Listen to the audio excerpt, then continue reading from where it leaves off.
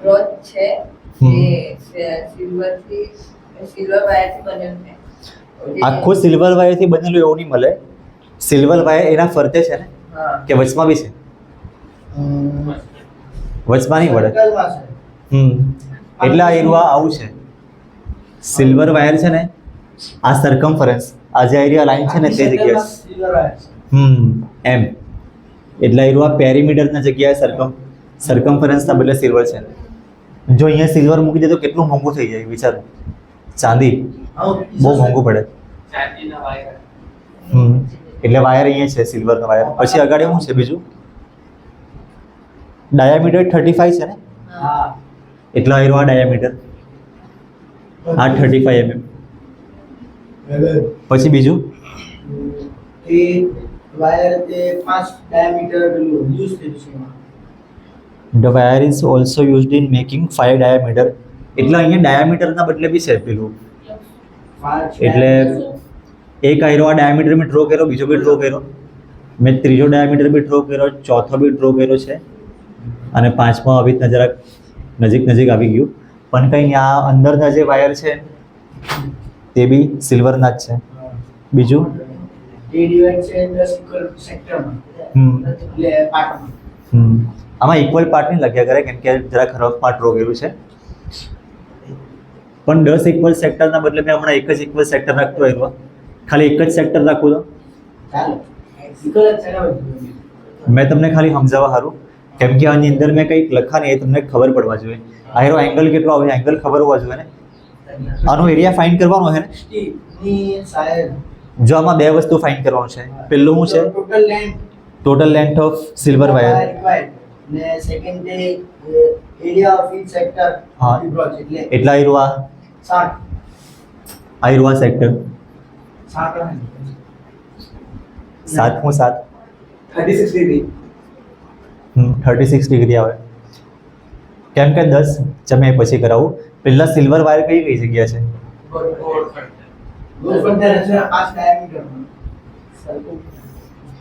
એટલે મેં અહીંયા લખી દે. જે આમાં વર્ડ લખ્યો છે ને એ જ મેં લખું. Total length of silver wire. સિલ્વરનો વાયર કઈ જગ્યા છે? દક્ષ જોઈ લે સરકમફરન્સમાં છે ને.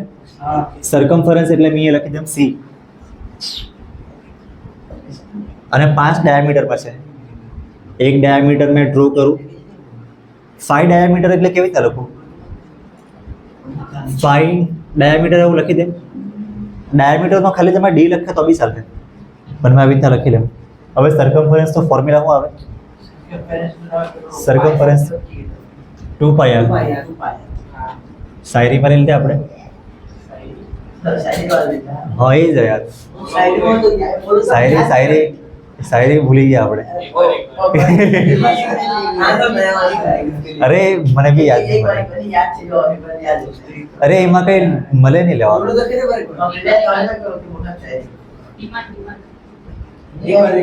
અરે એવું હવે એ બધું મેં આમાં લાખા બી નહીં. આવું એક છોકરાએ કીધેલું, મેં નહીં કીધેલું. ના કિસી સે આવું ના કિસી સે દોસ્તી ના કિસી સે પ્યાર, સરકમફરન્સ ઓફ સર્કલ 2πr. આવું કીધેલું. આવું આપણે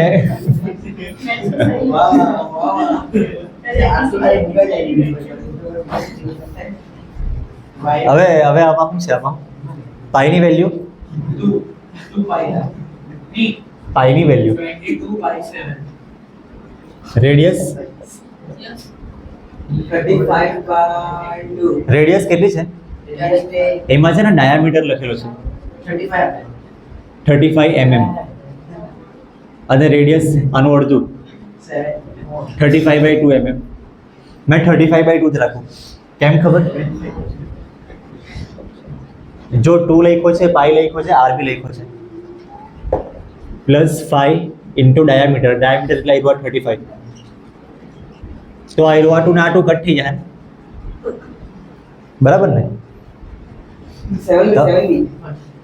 હું 7 ને 35, આ 7 ને 35 માં કટ થઈને અહીંયા 5, તો અહીંયા 22 ને 5 બચ્યા.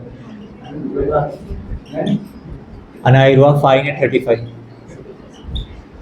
જો આનો આન્સર શું આવશે ખબર? આનો આન્સર મેં કે તમે હવે આનો આન્સર મેં કેવી રીતના કરું ખબર? 5 કોમન લઈ લેવાનું અને જરાક મોંઘું જ પડશે. ચાલો કરી જ નાખો. આ બેનું મલ્ટીપ્લાય કરો અને આ બેનું મલ્ટીપ્લાય.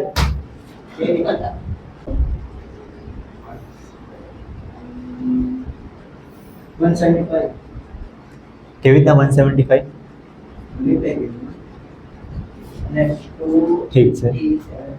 આ બંનેનું એડિશન 285.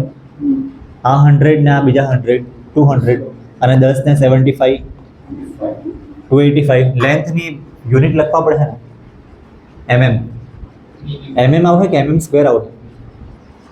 mm આવશે કે mm સ્ક્વેર આવશે? mm ખાલી. ટોટલ લેન્થ છે ને, લેન્થ હોય તો mm જ આવે. વાયર આટલો લાંબો છે. પછી બીજું હું ફાઇન્ડ કરવાનું છે?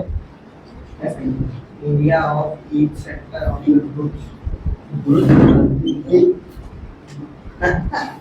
મેં એ લખેલું એરિયા ઓફ ઈચ સેક્ટર.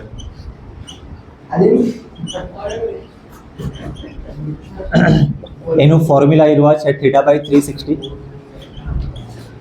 અને πr સ્ક્વેર. વેટ થીટાની વેલ્યુ કેવી રીતે આવશે? થીટા એંગલ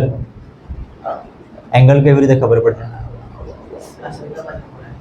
હા, એટલે અહીંયા જે સેક્ટર બન્યું છે ને, અહીંયા જે સેક્ટર બન્યું છે આયરો એંગલ, આ એંગલ કેવી રીતના ખબર પડે? અહીંયા ટોટલ કેટલા સેક્ટર બનેલા છે? બહુ વધારે પણ કેટલા અહીંયા લખેલા છે ને? 1 2 તો થઈ ગયા.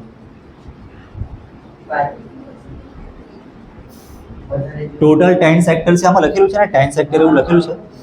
10 ઇક્વલ સેક્ટર લખેલું તો છે. તમે ગણી કરો તો 10 થાય. ગણી કરો. કેમ કે આખો એંગલ આવ્યો 360 છે. એના 10 ભાગ કરવાના, એટલે 360 ના 10 ભાગ કરવાના, એટલે કેટલું આવે? 36 ડિગ્રી. અને રેડિયસ કેટલી છે? રેડિયસ આઈ લખેલી છે અહીંયા 35/2 mm. આમાં આપણે યુનિટ લખ્યો છે ને mm, આમાં નહીં લખ્યો થીટામાં ડિગ્રી, એટલે આયરો એનો યુનિટ જ કહેવાય ડિગ્રી. હવે વેલ્યુ મૂકી દેવાની છે. થીટાની વેલ્યુ શું છે? 36. આયરો 360 mm. પાઈની વેલ્યુ 22/7. આરની વેલ્યુ 35/2 ને આ બી 35/2. નહીંથી હવે આમાં શું થાય? તને પૂછો નહીં ભલે. પહેલે છે ને આયરુઆ આ તો કટ બધી વખતે કટ થઈ જાય. આયરુઆ 36 ને 360 10 આવે નીચે. યસ, તારે બી હવે પૂછે ને તો જ બોલજે. 7 કટ થઈ જાય. 7 5 આ 2 કટ થાય 11. આ 2 કટ થાય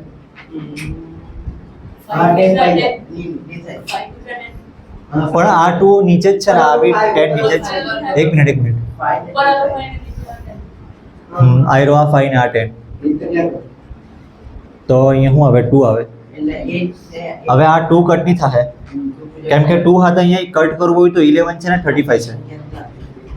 આ બી 2 હાથે સેમ 11 ને 35, એટલે ઉપર આવ્યા 11 ને 35 અને નીચે 2 ને 2. તો 35 ને 11 નો મલ્ટીપ્લાય કરો ને નીચે 4 મલ્ટીપ્લાય. એક મિનિટ,